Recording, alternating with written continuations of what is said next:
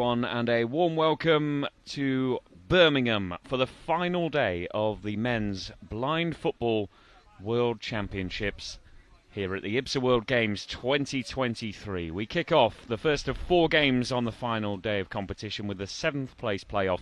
Italy take on France. Both sides losing their quarter-finals and then also losing the follow-up game to set up this fixture, the 7th place playoff. Italy losing narrowly by a 0-0 against Argentina in their quarter-final. France defeated by world champions Brazil by the same scoreline before both sides played on Wednesday. Italy drew 1 apiece with Iran but lost on penalties. France defeated by 2-0 courtesy of Japan. Here come the players, led out by the volunteers who are holding the respective countries' flags. Been mentioning the hard-working volunteers this past fortnight. It's nice to put a name to a few of them. We've got Alex Ward and Jackie Cotton, 2 ladies from Halesowen and Birmingham respectively. They're holding the Italy flag. And Dave Jones, who lives in Hollywood, a village just 25 minutes away, not the American one. Dave Jones has been here for the duration of the tournament, and he's one of the volunteers holding the France flag. So we're looking forward to this one. Before the match gets underway, it's time for the national anthems.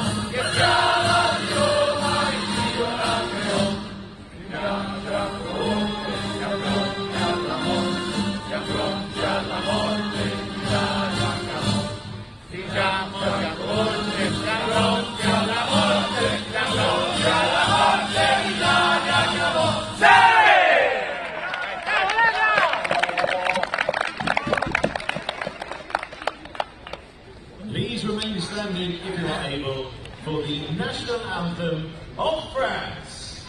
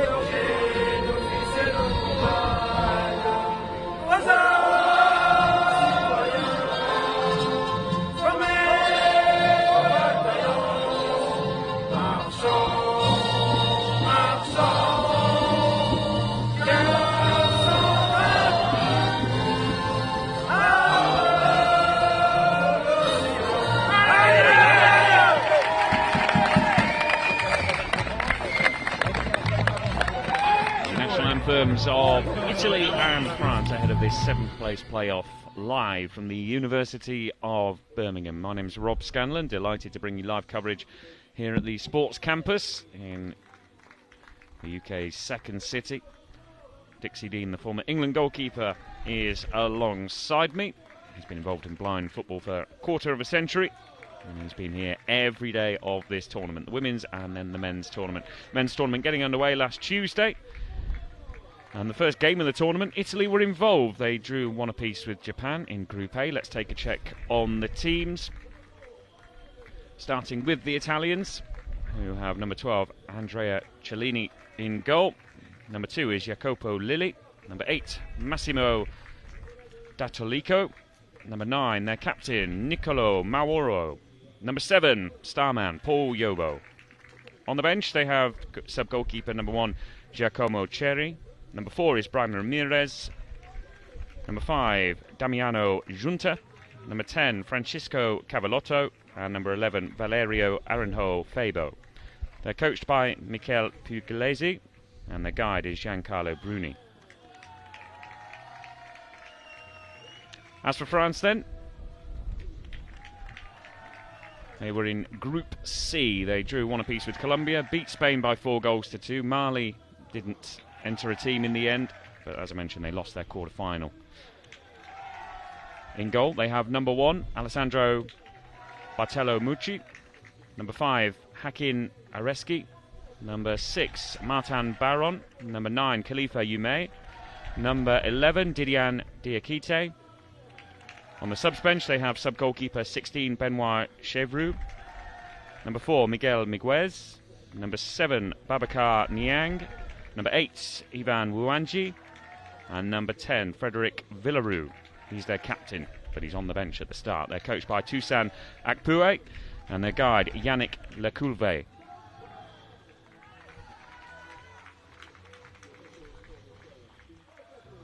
So we're about to get underway.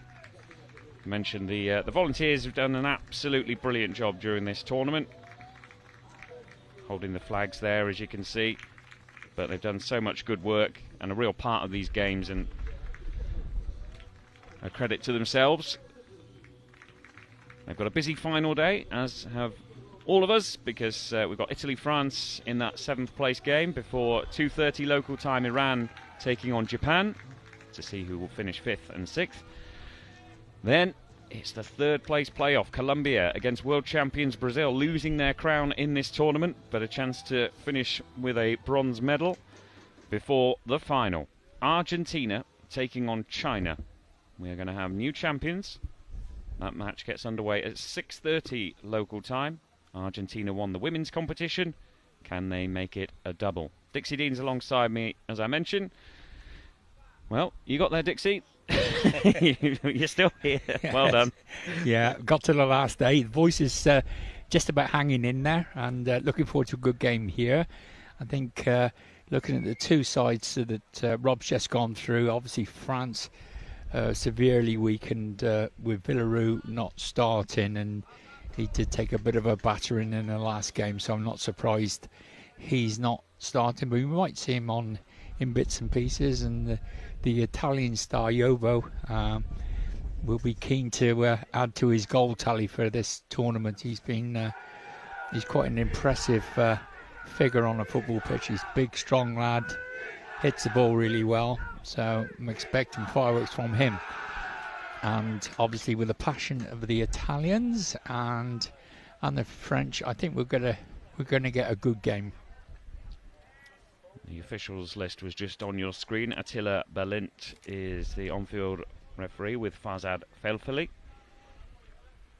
And they're just checking the eye masks of the individual players at the moment. Cloudy day here in Birmingham. It's forecast for rain later on. There was torrential rain a week ago here. Made conditions a little bit difficult, but hopefully it won't dampen spirits today, because it's an exciting one. Finals day here at the men's blind football competition.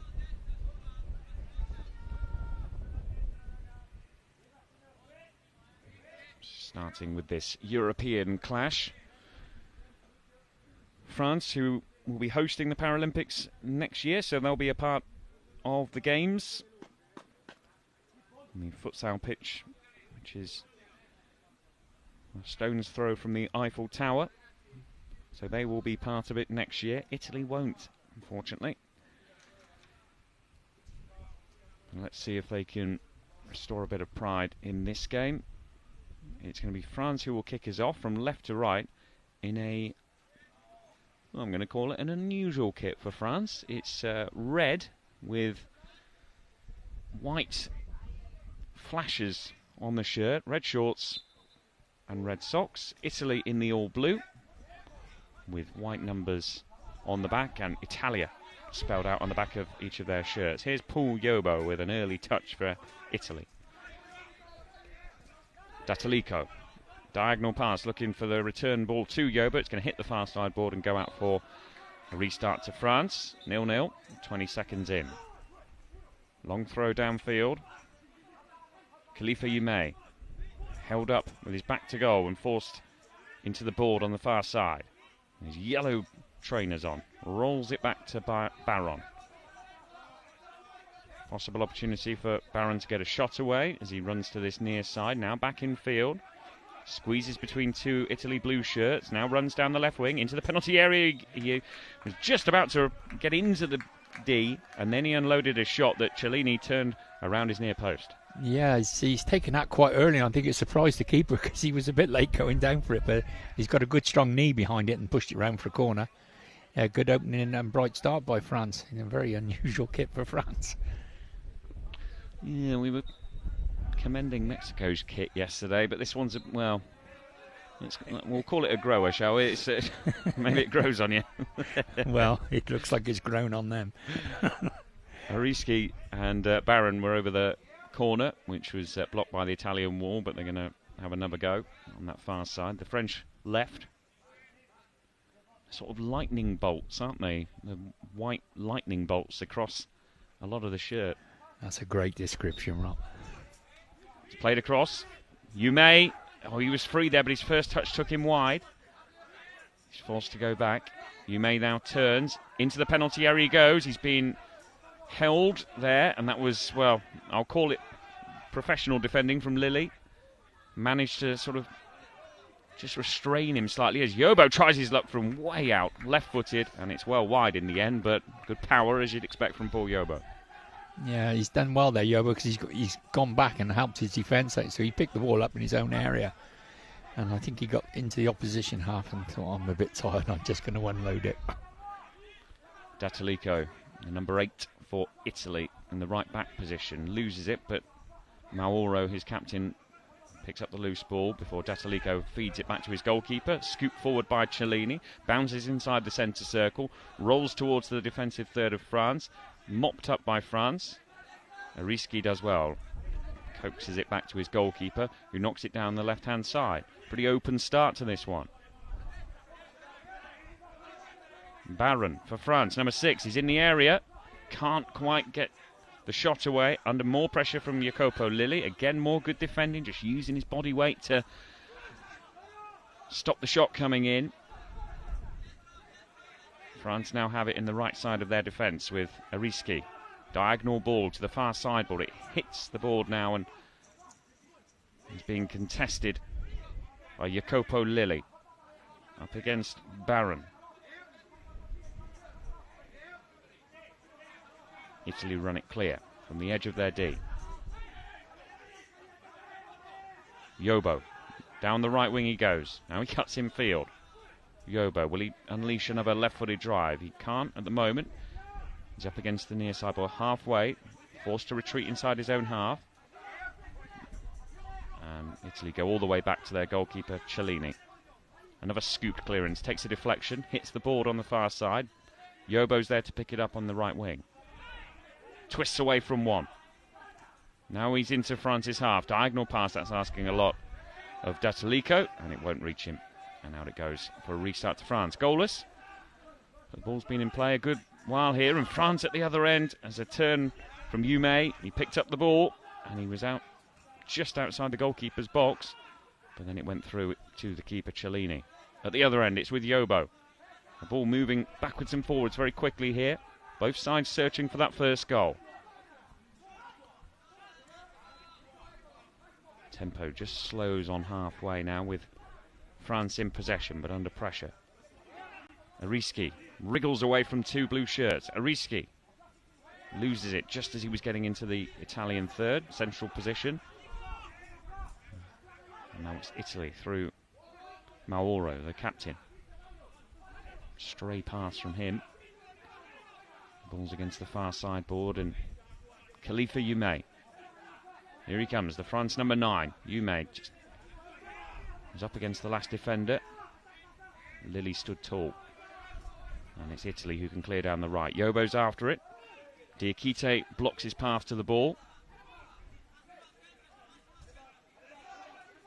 Yobo just clips it back, little 2-yard pass to his captain, Mauro. The silver headguard on. Mauro loses it. Baron is forward for France. It's 2 against 1 momentarily. And then the challenge coming back in from Mauro. Sliding challenge back to his goalkeeper. Cellini can heave it down to the right wing, and Paul Yobo takes a couple of touches before bringing it under control and then spreads it to the Italian left, where it's missed by Datalico and run clear by France. We've already played nearly 5 minutes here. The ball's barely been out. Yes, the time is ticking through quite nicely. Could just do a little bit more goalmouth action, and that's definitely a foul. He's pulled him right down. Uh-oh, hang on. Things have already started with the Italian coaching staff. The referee's just... Oh, dear me. There's a definite foul by the Italian. And how they can argue the point is just beyond me. He's got both arms around him, and he's just dragged him to the floor. And the Italian coach is having... Well, I say the substitute Italian coach is having none of it. And because the Italian coach who started the tournament is sitting up in the stands for disciplinary reasons. Change here for Italy. Mauro, the captain, makes way for Francesco Cavallotto, the number 10. The long, straggly brown hair. Yeah, he's half decent in number 10. He's not a bad player at all. France take this free kick and have a shot at goal through Ariski, safely collected by Cellini, straight at him really. And here's Cavallotto with an early touch in the left back position, gets into the centre circle now, little clip pass towards Yobo, it bounces 3 or 4 times, then hits the far side board. Yobo can't keep it in. 0-0, 5.5 minutes played. Italy-France, who's going to finish 7th, who's going to finish 8th? Well, it could be France who finished 7th with a shot there from Yume. It was a nice turn from Khalifa Yume. Just rolled one defender, but the shot was wide of the left-hand post.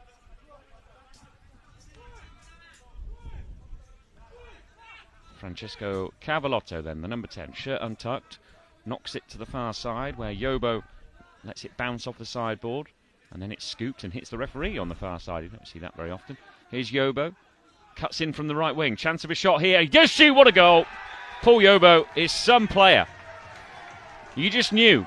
A bit of space. Cut in from the right wing. Left-footed. Unleashed a drive to the goalkeeper's left-hand side. And Italy lead this 7th place playoff by a goal to 0. And it's that man again, Paul Yobo. Yeah, he doesn't need a lot of space, Yobo, or a big invitation to take a shot on.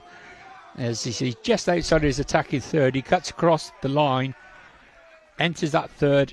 And yeah, he just pulls it back across himself and into the right-hand post as we look at the goalkeeper's left-hand post. And the goalkeeper really hasn't covered himself in glory there, to be fair. But yeah, Yobo, he's a good player, and yeah, he knows where the back of the net is, that's for sure. Well, the goalkeeper, Alessandro Bartolomucci, has clearly anticipated the ball going to his right, hasn't he? Which obviously Yobo did the previous shot, which went wide. But it meant then that his balance was off, wasn't it? So he just couldn't readjust. Yeah, but he was far enough out for him to wait to see where the shot was going. It wasn't like if he was 2 or 3 yards away from him and shooting, I would say, yeah, you've got to pick a side and go for it. But he was a good 8 metres, 9 metres out, and he could have left it a little bit longer before he made the decision which way to go. But yeah, it was still a great goal. So yeah, I'm not taking it away from Yobo at all. It was a good goal.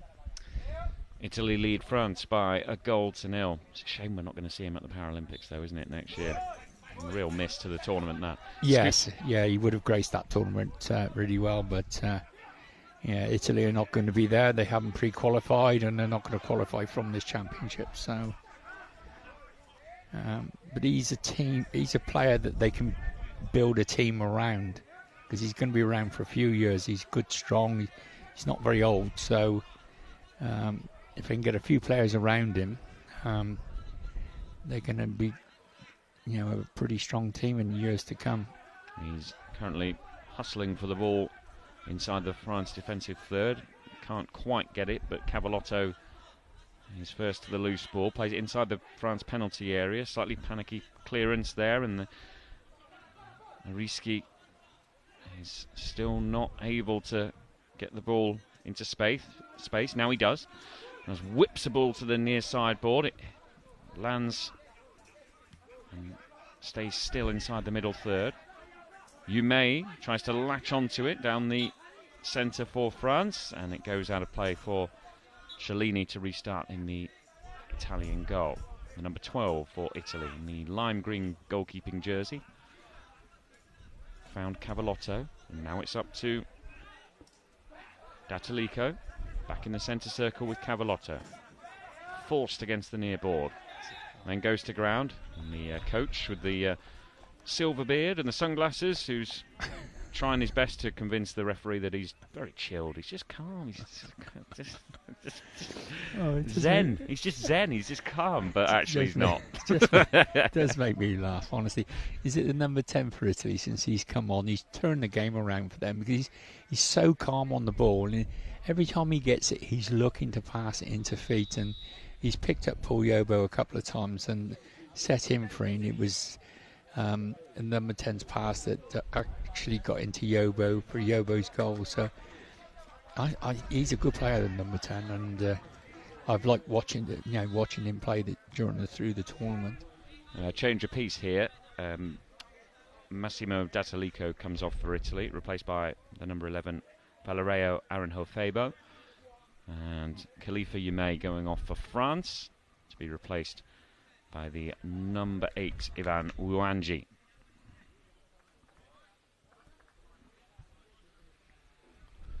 Italy have this free kick in front of their coach, close to the near board, left-hand side. Now into the centre circle. Nice run from Cavallotto. Tries a reverse pass to the man who's just come on, Aranjo-Febo, but he miscontrols it. Out it goes.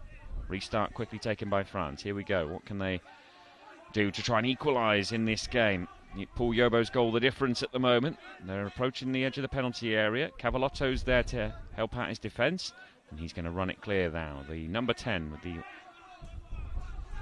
white trainers. Diagonal pass into France's defensive third.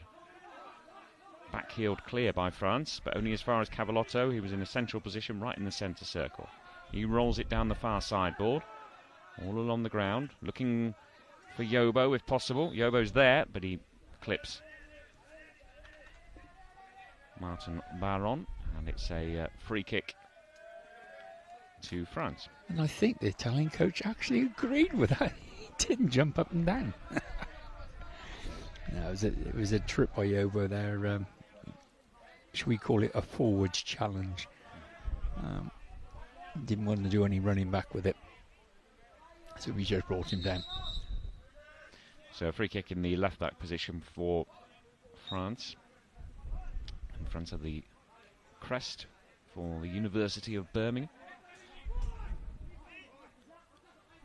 which is on the far sideboard, as France managed to get it into the penalty area, and it's stabbed out for a corner.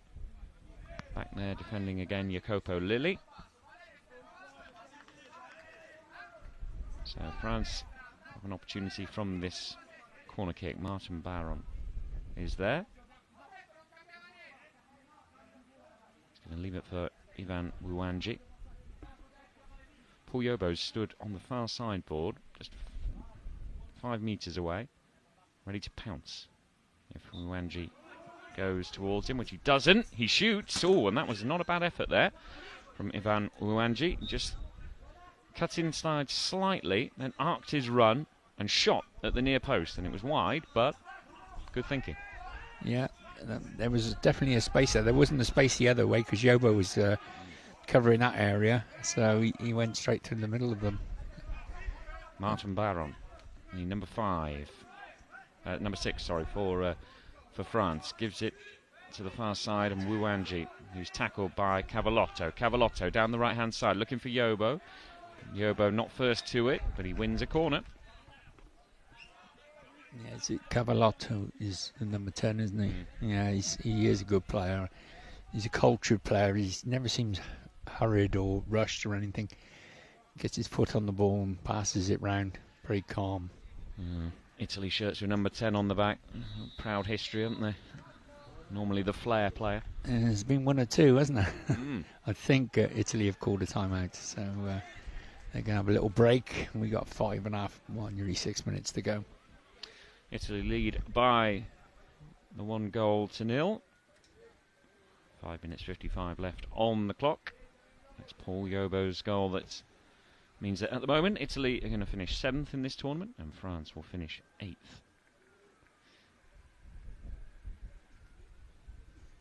This was the latest chance that France had to equalise from that corner. Ivan Wuanji collecting the corner, just arcing that run back towards the near post and spearing a shot that was away from Cellini. So yeah, it's a busy day. Yeah, we've got some great games lined up for you today, I must admit. Iran, Japan coming up at 2:30 local time. See who finishes 5th and 6th. Then Colombia, Brazil in the 3rd place playoff, followed by Argentina against China. That 5th and 6th game is probably more important than the 3rd or 4th, to be honest. We'll explain that a little bit later when we've got a bit more time, because it's a bit of a long explanation.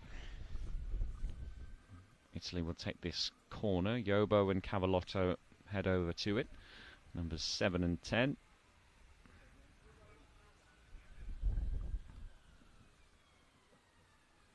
Yobo just leaning casually on the far sideboard before now running out with this corner. There's 3 red shirts for company, and France clear it up to halfway. Cavallotto turns with the ball on his left foot now. He passes it down the left wing. There's no blue shirts around that area of the pitch, so it's just going to roll through and out for a restart to France. Bartolomucci with the throw. Intercepted by Cavallotto. France, though, win it back. Knock it only as far as Aranjo Faber. Runs over halfway and then he's blocked. And France concede another corner. Again, Yobo just hovering along that right-hand side. Diakite wouldn't let him through, but Diakite got the last touch. And it's going to be a corner to Italy, who lead by that Paul Yobo goal to 0. Yeah, it's just his presence is a constant threat to the French side, and they're very wary of Yobo, and they get a little bit panicky when he gets near the ball. And he's on the ball now. But again, France clear the corner pretty comfortably without any shot or cross coming in. Ivan Wuanji is the most advanced France player here. He's up against Cavallotto on the near sideboard. Rolls it back to Ariski. Hakim Ariski for France. Inside the middle third. Nice turn. He's bearing down on goal here. Ariski scores! Did it all himself. Ran from inside his own half. Angled it into the penalty area. And then low right-footed to Cellini's right-hand side. The ball nestled in the corner. And what a fine equaliser that is from Hakim Ariski. Well, it's a bit of a surprise, that one. I didn't expect him to score a goal, but he's done really well. He's picked it up in his own half. He's gone straight through the middle of 2 Italian players. He's really, really strong there, isn't he? They've both come in on him, and he's just bounced off them and straight through the middle. Yeah, there he goes. Puts the keeper down and puts it into the corner. Oh, got a game on. 1-0. Yeah, so great strength there, and then just a clever more subtle touch, really, in terms of the finish, wasn't it? He didn't try and blast it. No, he's not leathered it. He's just side-footed it into the corner, and like a little pass. And, yeah. 2 fabulous goals, 1 apiece. Here's Yobo down the left-hand side. Italy needs to respond here. 1-1, pegged back by Hakim Ariski with that wonderful individual goal.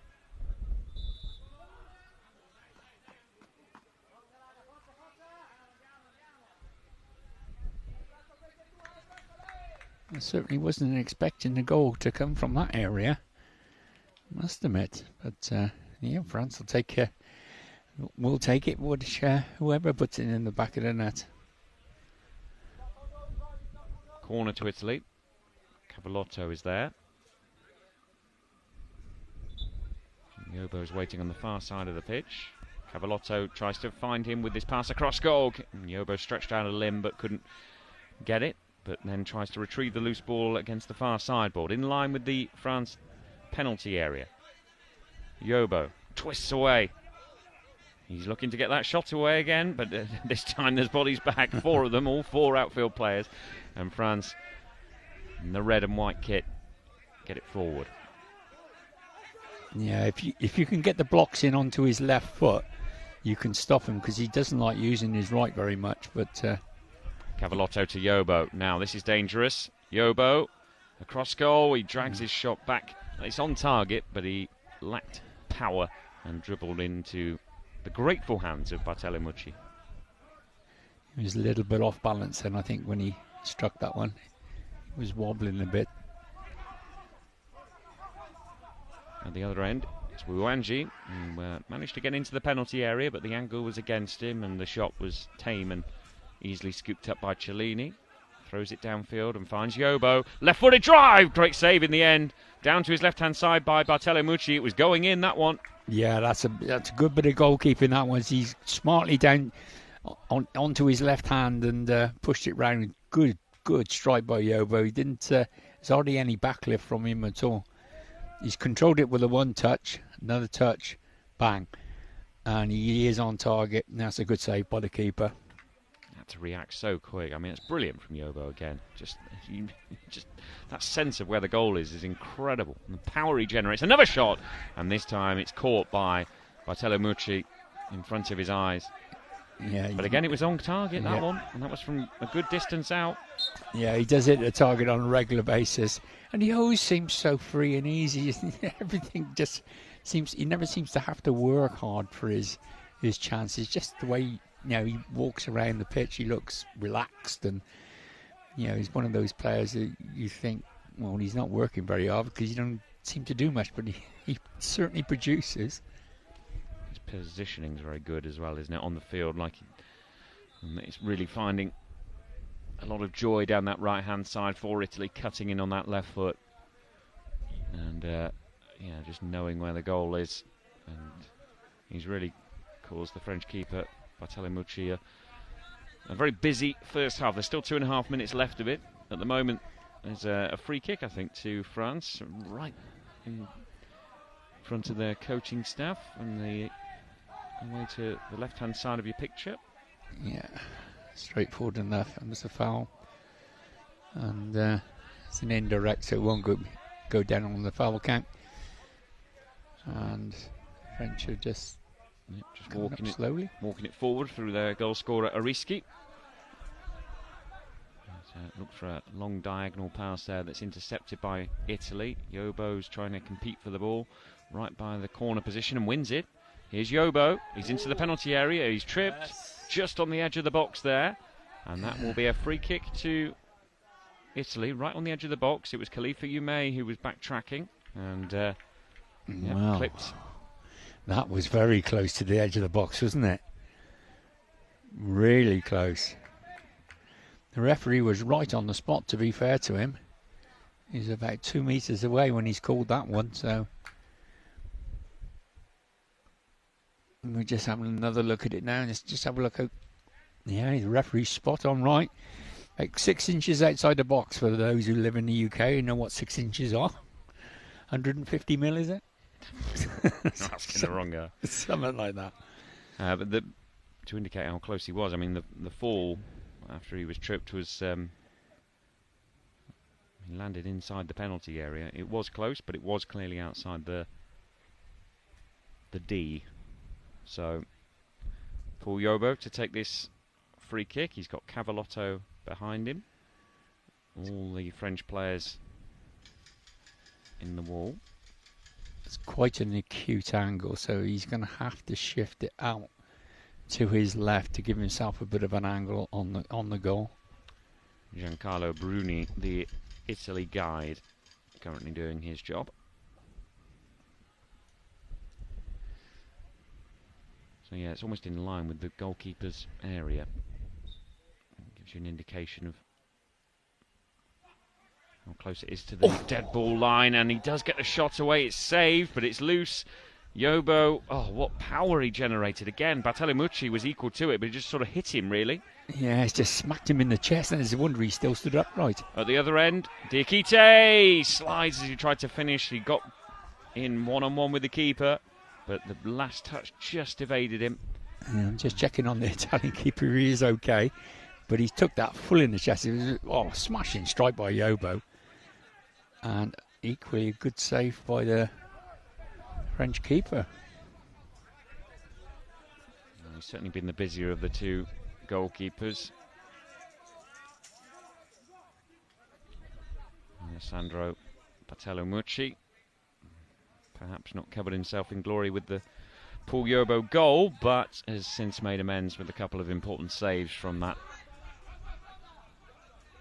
same player, who is on the ball now, deep in French territory, down the right-hand side, tries a little pirouette away from one, doesn't quite make it work, and France should be able to get the ball into the middle third here, but there's Cavallotto with a sneaky little back heel towards Yobo. It's in the penalty area, but France run it clear now. With the goal scorer, Hakim Ariski. Hakim Ariski down the right. You know what he's capable of. And he's done well again. He's into the penalty area. What a run! Oh, and a swiped finish. Left-footed at full stretch. He couldn't quite hit it. He couldn't quite make contact, but he's still there. Ariski playing with such confidence. Ariski back to goal now with the ball into the middle third. He's got three blue shirts ahead of him, so he decides to switch it across. And that's a good first touch. And in come France through Wiwanji, but he's now challenged just as he was approaching goal. Wiwanji then commits a foul on Cavallotto, and it's going to be an Italian free kick. Italian coach has just been warned again. The referee doesn't need your help. He'd already blown for the foul without him jumping up in the air and with his histrionics going on again. So the referee's just come over and said, "That's the second time I've had to tell you. I'm not telling you again."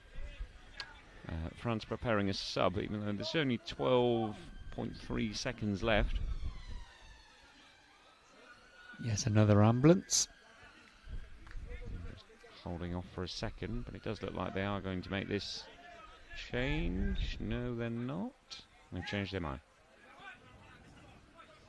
So play goes on, and it's wasted by Italy down the right, and knock it out for French restart. Up to Wiwanji, who I think was just about to come off, but then nearly wins a corner for his side, but that's the end of a very, very enjoyable first half. Paul Yobo got Italy up and running before Hakim Ariski, with another fine individual effort, made it 1-1. 7th place up for grabs. Remember, France are already in the Paralympics as the host nation next year. Italy can't qualify, but you wouldn't be able to tell, Dixie, because both sides have really gone at this. Yeah, and as I say, the thing is with Italy, they've got an out-and-out scorer in Yobo, so you're always going to be leaning towards them taking this game in the end because of that fact that Yobo will hit the ball, and he's probably had virtually all the shots in on the French goal that the Italian side have had, and like with France missing Villaroo from their side, I can see Italy running out winners in this. So. Well, let's see. We're going to have a short break. Join us again for the second half here live in Birmingham with the scoreline Italy 1, France 1. It's fast, technical and tense. This is your guide to five-a-side football. There are 5 players per team, 4 outfield players and a goalkeeper. The aim of the sport is to score a goal by kicking the ball into your opponent's goal, and at the end of the game, whoever scored the most wins. Players must wear eye shades to ensure that all players have the same level of vision. That is apart from the goalkeepers, who aren't required to wear eye shades and can be fully sighted. Their job is to keep the ball from going in the goal behind them. But how do the players on the field know where the ball, or indeed the goal, is? Well, the ball in blind football is specially designed to make sound whenever it moves. Also, each team has a guide behind the opposition goal to help direct them. Each player is required to shout "Voy" when going for the ball. This ensures every player has the cues they need to help build a picture of what's going on and what to do next in defence or attack. To help this, total silence is required from the crowd until a goal goes in. Voy is Spanish for go, and it was the Spanish who were credited with originally developing blind football in the 1920s. As well as the Paralympics, teams from all corners of the world can compete at World, European, Asian, African and America's Championships, as well as a World Grand Prix. Blind football can be played by both men and women, with the historic first Women's World Championships coming up in 2023. So what are you waiting for? Give it a try.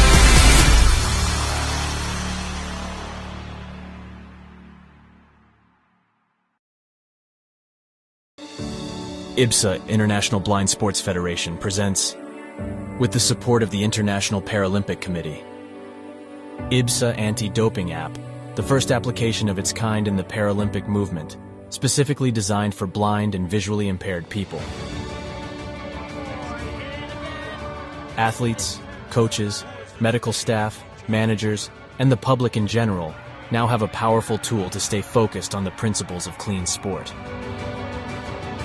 Scrolling down the main menu, you can find all the important themes you need to know to play fair and be alert to testing procedures and necessary adaptations for athletes with visual impairments.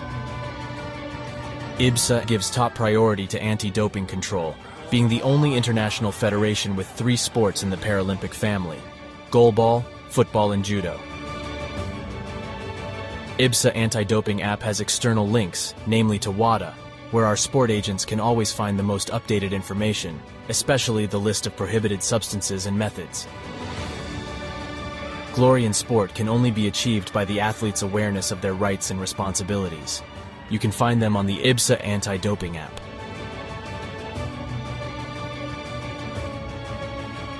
IBSA is continuously promoting anti-doping education to all its affiliate athletes and sport agents, not only about the consequences of the use of doping and the risk of using supplements. IBSA believes that education is the major tool to fight doping in sport. Informed athletes can make better decisions. Download the app now at the usual operating system stores. And ladies and gentlemen, we have seen history being made today. Such a great team at these championships. IBSA. Beyond sight. Feel the sport.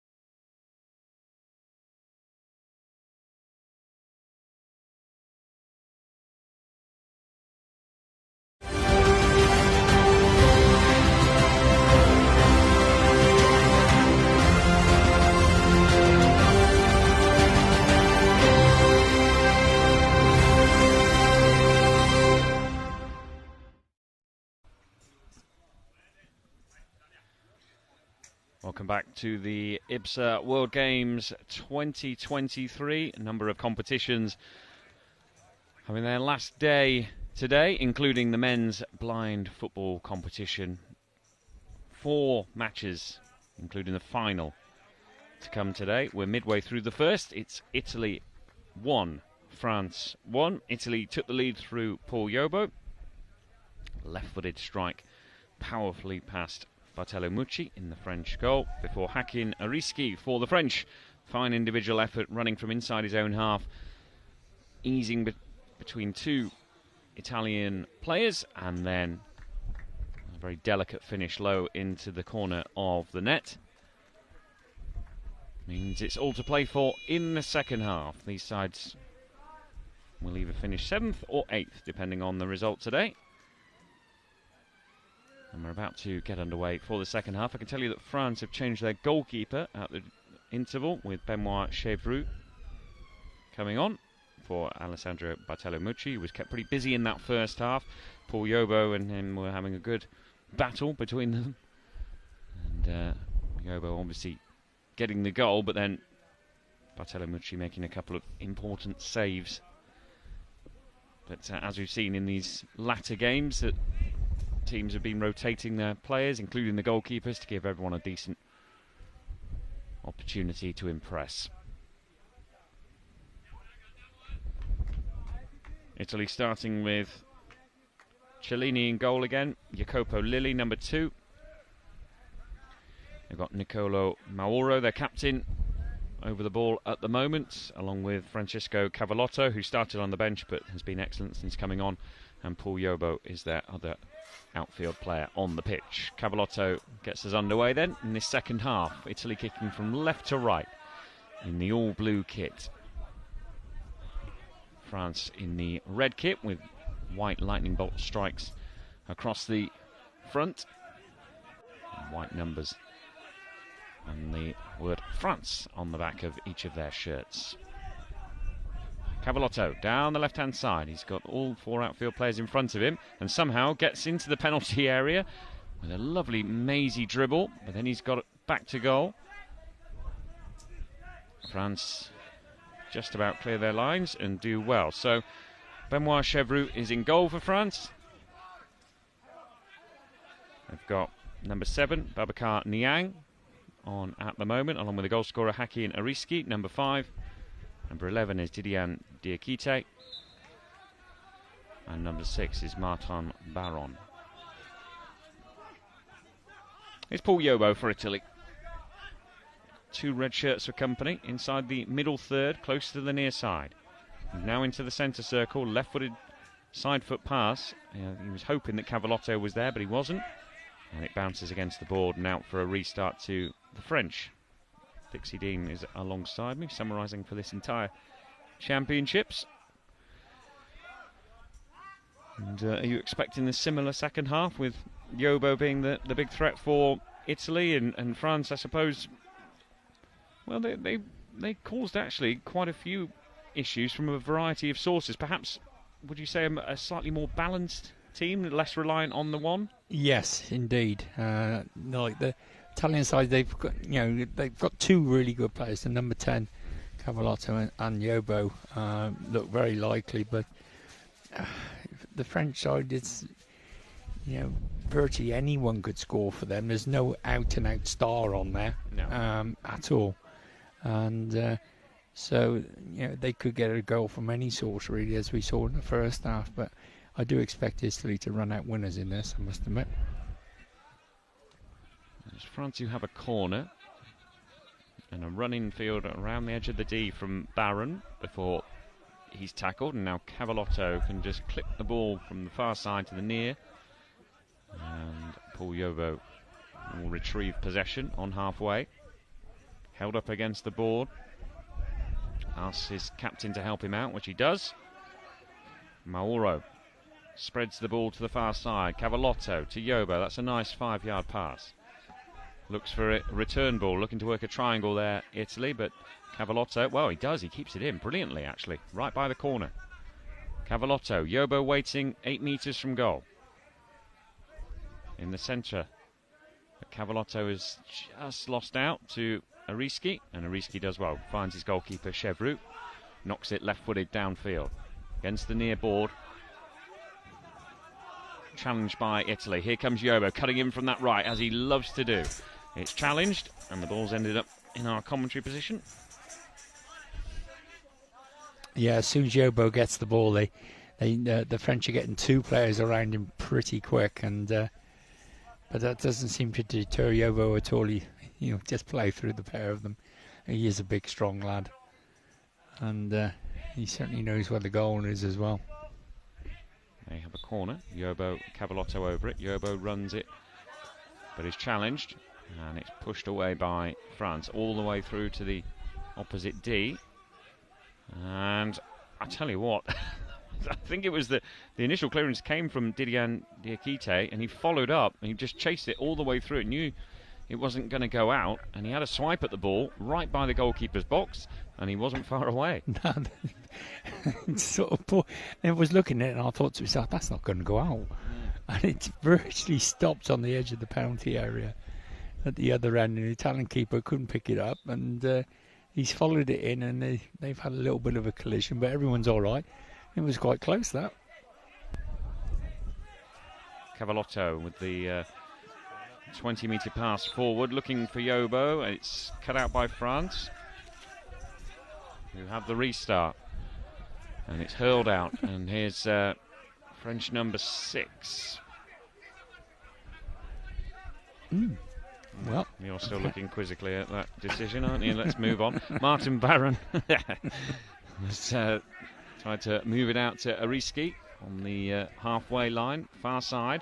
Ariski then hacks it away at Mauro, and Mauro goes to ground, and that's a clear and obvious foul. And they got that one right. Not so sure about the last decision, but anyhow, no damage done. Cloudy day, grey clouds overhead, bit of a breeze. Rain forecast, but no rain so far here in Birmingham as Francesco Cavallotto runs down the left. Tries a left-footed cross into Paul Yobo, who's loitering at the far post, but it's out for a Italy corner.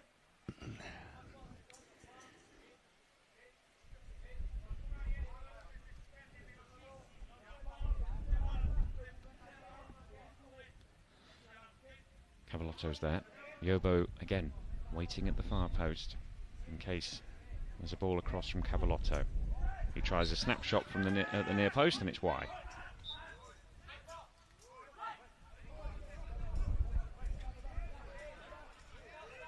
And he's thrown downfield, but in steps Niccolò Mauro for Italy. He's robbed of it in the centre circle, and away come France with Barron down the left-hand side. Cuts back into the middle third, and then is tripped by his own player. Niang. Now the ball's on the almost dead on the spot in the centre of the pitch. Babacar Niang. Well, he's all arms and legs there as he managed to weave his way past a couple of players, and then had a mighty swing at the ball with his left foot and completely air missed. Well, he did make contact with the Italian defender, didn't he, at the end of his air swing. There's the ball coming down towards Yobo, but it's well cut out on the halfway line by the French captain. Yeah, it's Niang again.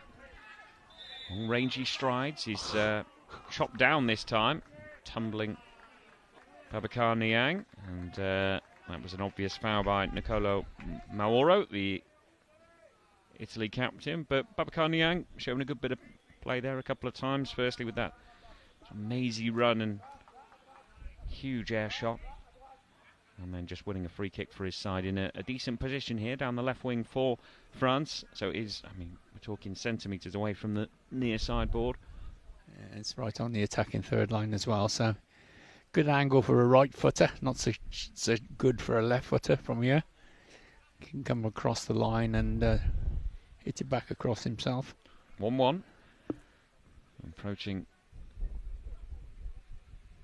the final 10 minutes of this game. Hakim Ariski We know what he can do with the ball at his feet. He's there, along with Babacar Niang, the number 7 for France.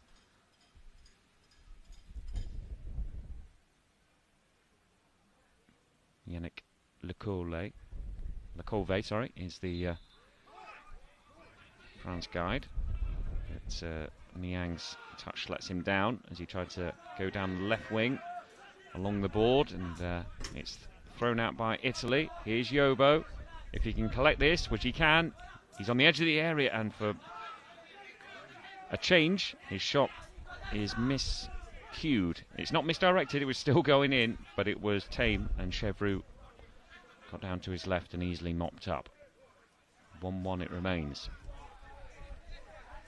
Yeah, it was a decent effort by Yobo. He didn't get much power beyond it. I think he was falling away from the ball when he hit it, and consequently it was just a little tiddler back to the keeper. But he's always a threat, Yobo. Babacar Niang, who's been a lively presence in this second half of France, is running diagonally over to the right corner and wins a corner for his team. Jacopo Lilli forced to play the ball out. Italy making a change here.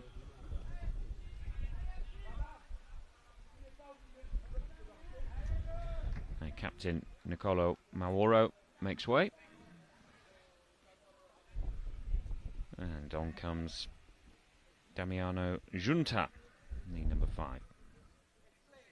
Immediately placed in the middle of a 3-man wall for this French corner. Yobo again doing that thing that he did earlier on the far sideboard. He's 5 metres away, so if France try and run it straight, which they don't, they play it across goal. They've obviously got the message that he's there and waiting. Niang was on the edge of the area. Niang with a shot, huge power he generated in that right-footed effort. It hits the far sideboard and goes out for a restart, but serious venom in that effort. Yeah, he certainly got hold of that, didn't he? And well, I think everyone must have heard it hit the sideboards. Zipped off the pitch. Yeah, beautiful. He's got a different, strong boy.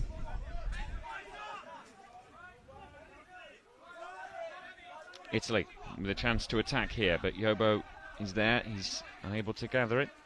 Forward come France. Oh. Another sliding effort from Diakite. And another air shot. And it goes out for a restart. Diakite not happy with his guide, seemingly. They're having words, aren't they? The referee's intervening. Come on, lads. You're both French. And Jacopo Lilli now gives him a hug to try and calm things down. But yeah, I mean, Diakite. It was a wild swing by the number 11, wasn't it, from France? But he doesn't feel he's been advised well there in terms of where he is. Yeah, possibly. I don't know. He's really not happy, Diakite. We can agree on that, Rob. Cavallotto to Yobo, into the attacking third for Italy, down their right. 2 red shirts around Yobo. He'll do well to keep this in, but he does. The angle's against him. Yobo, can he stab a shot goalwards? No, it's cleared by France. Yobo goes to ground in the area. France run it out to their right-hand side. They reach halfway before having to chop back through Barron. Cavallotto for company. Barron does well. Now he runs from right to left. Now into the centre. 2 blue shirts crowd him out. And Italy see it back to their goalkeeper through Giunta. Cellini picks out Yobo. Yobo shoots the side netting. It's a good sharp effort again by Yobo. Bit of a tight angle for him from there. He should have come around into the box a little bit more. But he's got his shot away again, and just the wrong side of the post, and hit the side netting on the outside. 1-1. We're midway through the second half. The ball is with Andrea Cellini, the Italian goalkeeper. Bright lime green goalkeeping jersey, long sleeve. Underarms it to Jacopo Lilli. Now Cavallotto on halfway, left-hand side. Cavallotto. Good technique as ever. Dribbles, puts his foot on it.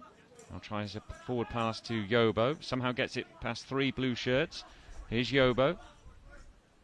Red shirts, I should say. Italy kicking from left to right in this second half with Cavallotto down the left wing. Brings it under control. He's got Yobo in the centre. You think he's going to spin a pass infield. These two do link up well. Cavallotto goes for goal. It hits Ariski. But it's retrieved again by Cavallotto. Here he goes. Bearing down on the edge of the penalty area. He twists, he turns, he's challenged.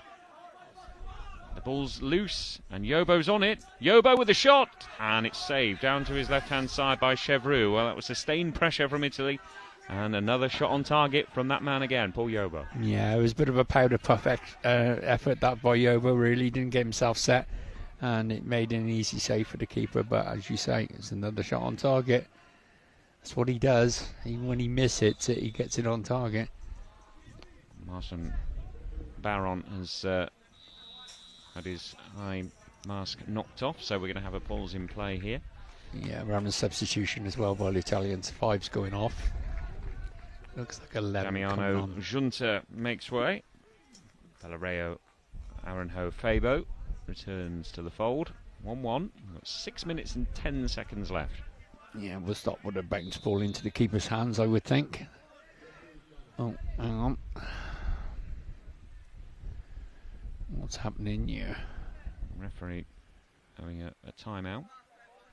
He's having a chat with the third official. He's obviously, the third official there is constantly looking at players and seeing if he can see their patches and shades are correctly in place, and he's just advising the referee of, yeah, it was a French 11.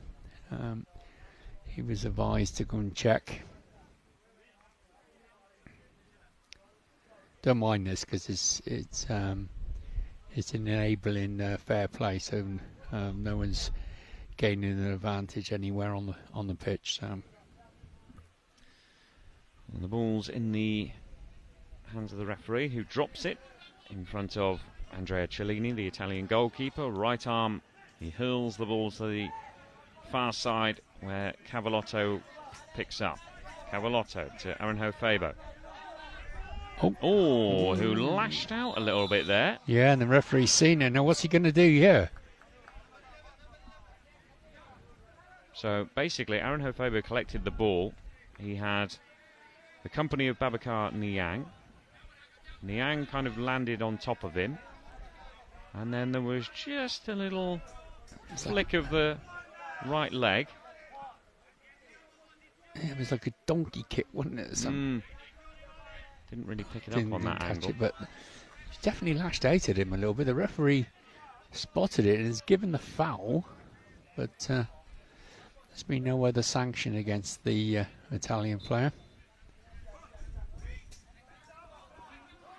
France through their goal scorer Ariski, trying the direct approach, a diagonal ball that's miscontrolled, and he's out for an Italian restart.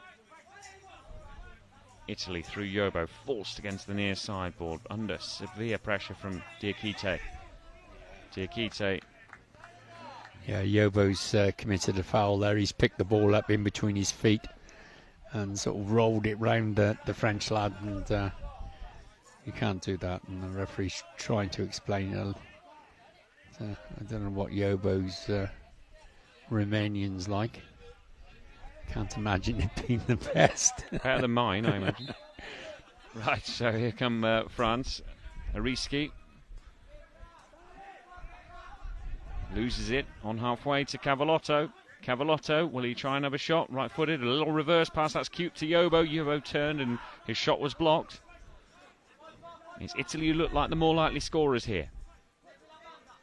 They've had the better of the second half. No goals in the second half, one apiece. The overall scoreline as Yobo thunders a hand into the back of.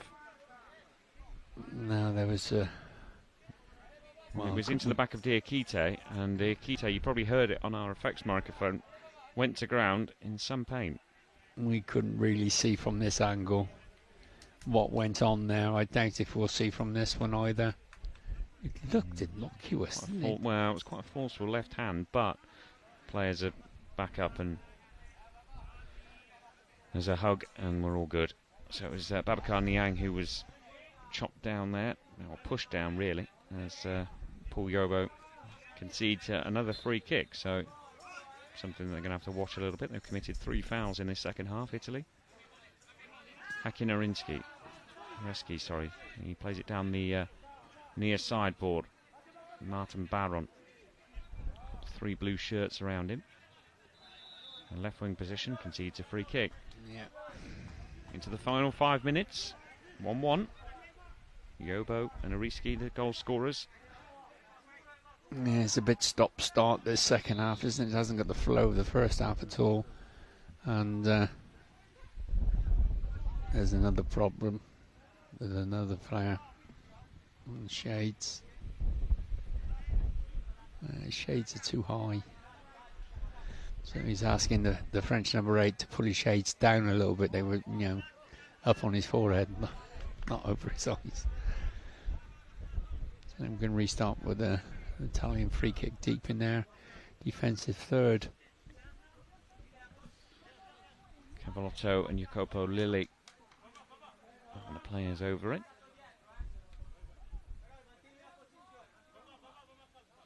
Quiet atmosphere at the moment, but I suspect that's going to change when the lights are on and the World Championship final is going to be taking place later this evening. Argentina, China, and it looks like the referee's still not happy with Martin Baron, the number 6 for France, and his eye mask. They're going to have to patch him up again. Yeah, they've asked for the doctor to come over and put some more tape on. Perhaps he's got a little cut on his head or something.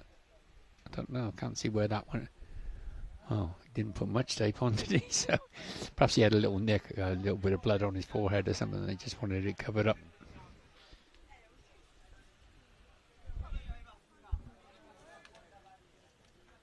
Don't forget, next we've got Iran against Japan, getting underway in an hour's time. Francisco Cavallotto for Italy. He tries to thread a pass forward that gets between 2 French defenders, but goes all the way through for a restart to France. They find Martin Baron. Baron, he's into the penalty area, shoots, and it's in! Off the underside of the bar. Cellini got a hand to it, but Martin Baron for France scores another wonderful goal in this game. Cut in from the left, right-footed shot. Cellini got a paw to it, but only turned it against the underside of the bar. The ball dropped behind the line, and France lead Italy by 2-1. Yeah, he's cutting from the left-hand board. And, yeah, wow. Decent strike by the French lad, but I think the goalkeeper, again, will be questioning himself a little bit. Yeah. I thought he had time to get both hands to that. But, yeah, so that's... Checking his eye guard again, because obviously he's just been the one who's...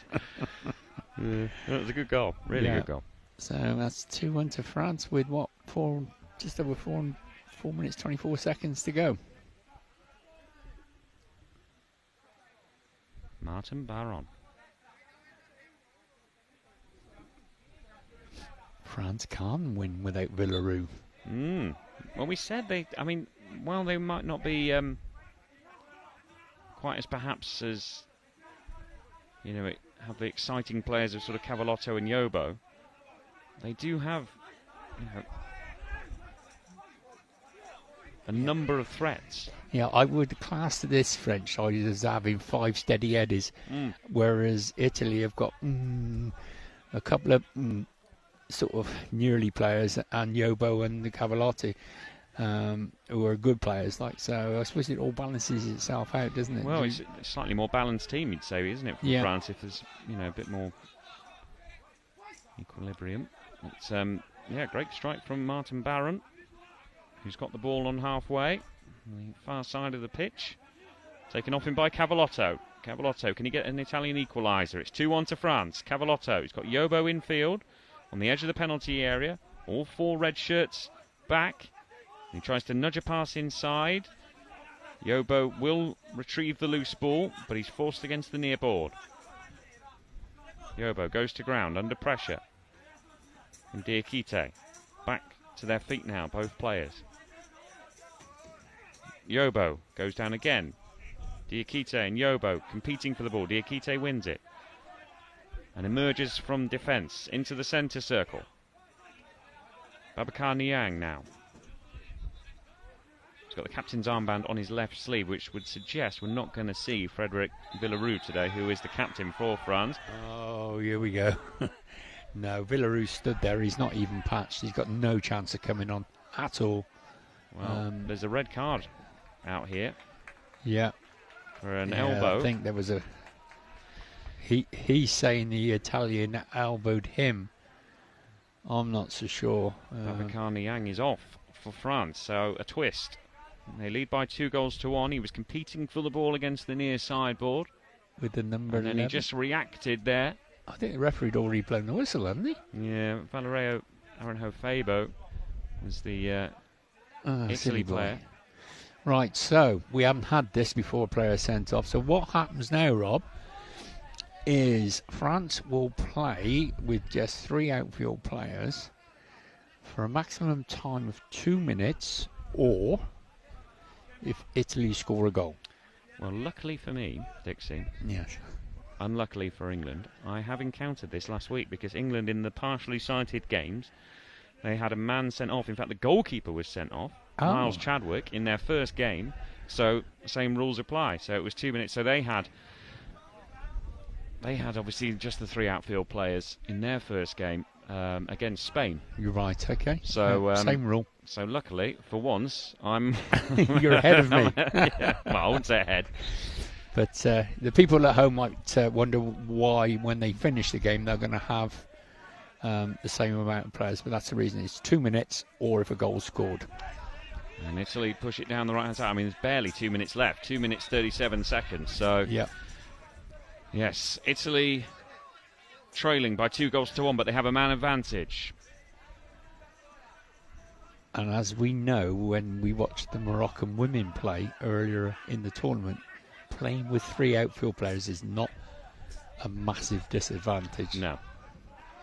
If you put the 3 players at the back and just defend... It was in the partially sighted, although England didn't concede, but they were under the pressure for the entirety of those 2 minutes. But in this, less so. And indeed, France have a shot, and it's drifted across goal from Diakite. Hit it with the outside of his boots, and it went to the left-hand post of Cellini as Yobo collects the long throw downfield. Here's Paul Yobo. Italy trailing by 2-1. Less than 2 minutes left now. Here's Yobo. Held up. He's forced back to goal towards the middle third, and now it's knocked out by Ariski for France, and it's a corner to Italy. Well, the referee was right on top of the incident for that red card. There was certainly a reaction. And it was right in front of the Italian coaching staff, so of course they were going to go up, weren't they? Yeah. But it seemed to me the referee had blown for the free kick, and the reaction come after that.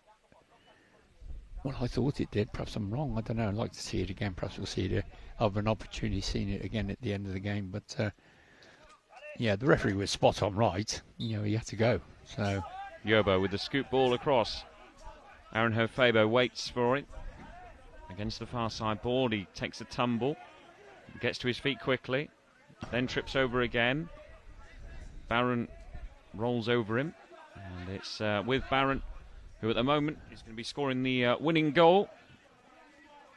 He's got the ball on halfway. We've got less than 90 seconds remaining. France leading by 2-1. Here's Martin Barron.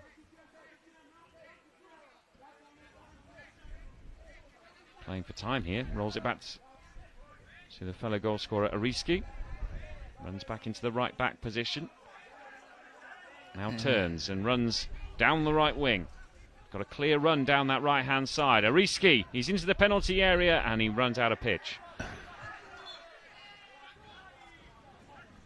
He doesn't mind those runs, does he? From inside his own half, very comfortable on the ball. That's a good ball. Here's Yobo at the other end of the field, down the Italian right wing. Yobo approaching the box now. Yobo with a shot. Again, just that low effort across goal. Left-footed this time, and it's wide. Yeah, he not got him in the right position to shoot, really. Don't know if it's Yobo not listening to the guide or the guide not giving him clear instructions, but something's not quite right, and he's shooting from quite tight angles. Makes it very difficult for himself. So we've got a substitution by France and a substitution by Italy as well. But seconds remaining here, just 35 of them. Martin Barron tries to twist away from Aaron Hafebo. Here's Barron. The ball's in the middle third. Time ebbing away here. Barron, he's just not letting anyone else have the ball. He's scored what looks to be the winning goal. And now he may well get the last touch of the game because he's holding the play up on the near sideboard. It is back in the middle third though, and it's loose with Paul Yobo, but less than 5 seconds remaining. He tries a shot from long range, and the French players celebrate because they know that there is 0.1 seconds left. That's it. And indeed, that is it. Yeah. That's it. It's all over. Oh, it is. Well done, France. Yeah, congratulations, France. They finish 7th in the championships. Italy will have to settle for 8th. They took the lead through Paul Yobo, but then Haki Nariski and Martin Barron, as France come from behind to win by 2-1. My thanks to Dixie Dean. Thank you for watching wherever you are in the world. Don't forget to join us in less than an hour's time for the next match. Who will finish 5th? Who will finish 6th? It's going to be either Iran or Japan. Live coverage here from the University of Birmingham. Join us then. But for now, bye.